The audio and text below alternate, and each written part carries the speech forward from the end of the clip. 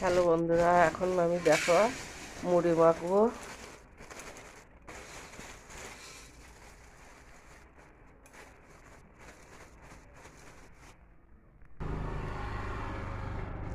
লঙ্কাটা দিয়ে দিলাম, একটু নুনটা দিয়ে দেবো।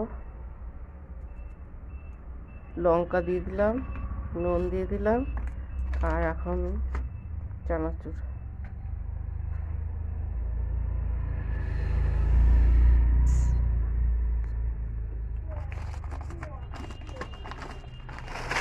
চানাচুরটা দিয়ে দিলাম।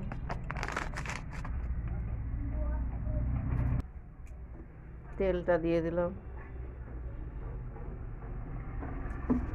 এবার মুড়িটা মেখে নিলাম। এই যে পেঁয়াজটা মুড়ির মধ্যে দিয়ে দিলাম।